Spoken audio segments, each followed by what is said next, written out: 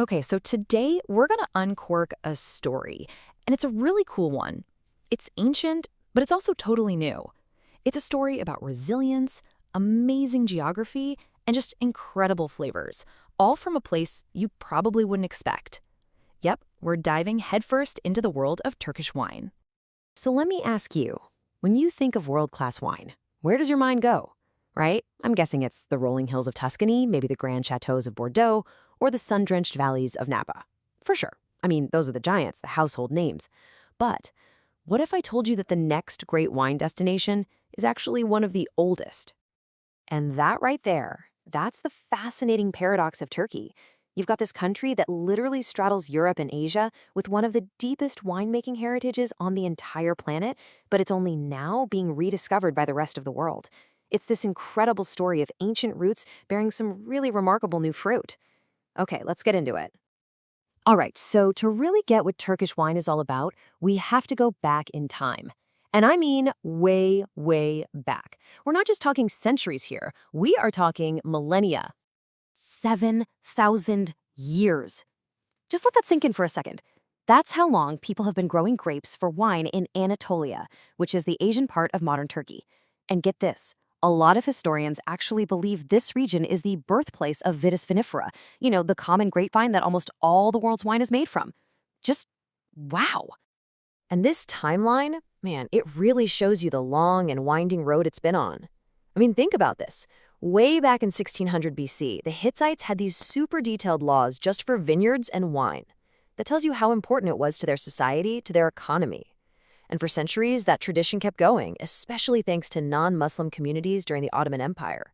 Then, fast forward to 1923, the founder of the modern Turkish Republic, Ataturk, he saw how culturally important it was and created a state-run company to keep it going and modernize it.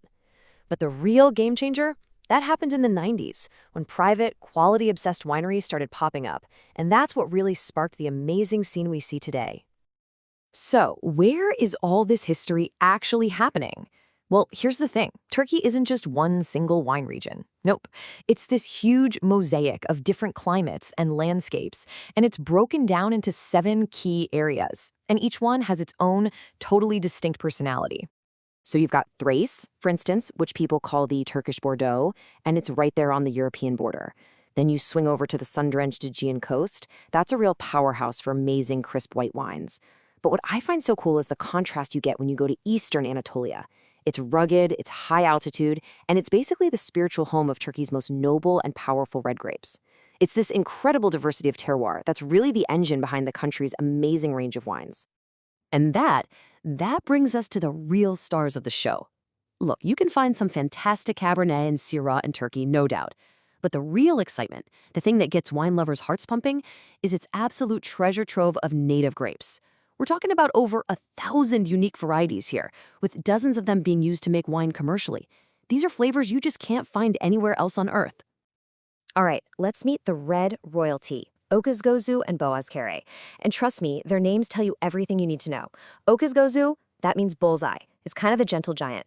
It's fruity, it's bright, it's low in tannin. Then you've got its partner, Boğazkere, which means throat burner. And yeah, that's a little nod to its powerful, grippy tannins.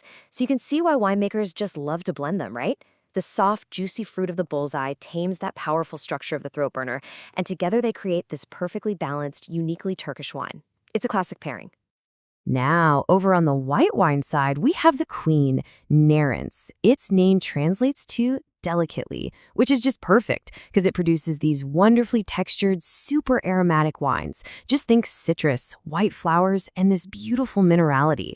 And it's so versatile. You can find it made in styles from crisp and fresh all the way to rich and aged in oak.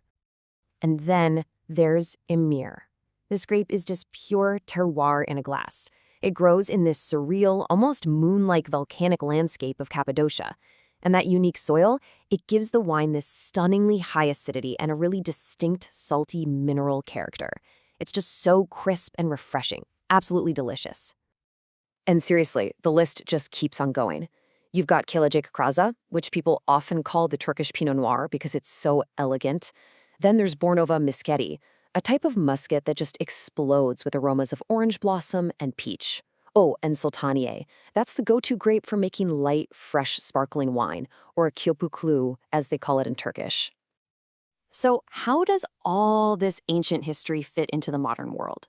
Because let's be real, making wine in modern Turkey, it's not exactly a walk in the park. It's a story of serious passion and just remarkable resilience. The industry has to deal with some pretty major hurdles, like really high taxes on wine and strict bans on advertising. But here's the crazy part. That's actually fostered this incredible mindset among the winemakers.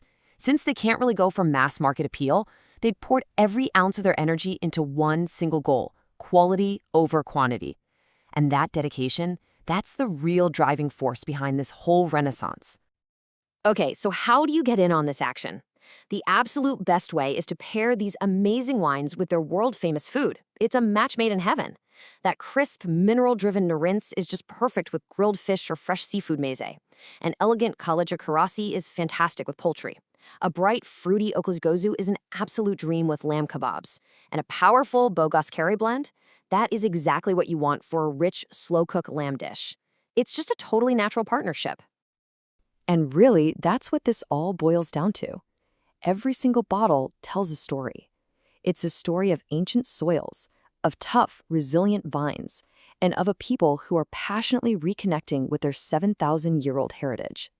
When you drink Turkish wine, you're tasting something that is somehow both comfortingly familiar and completely excitingly new.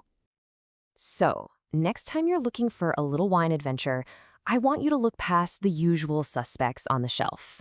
Go find a bottle from Turkey. Discover for yourself why this ancient land is, without a doubt, the wine world's most exciting rising star. Şerefe. Cheers!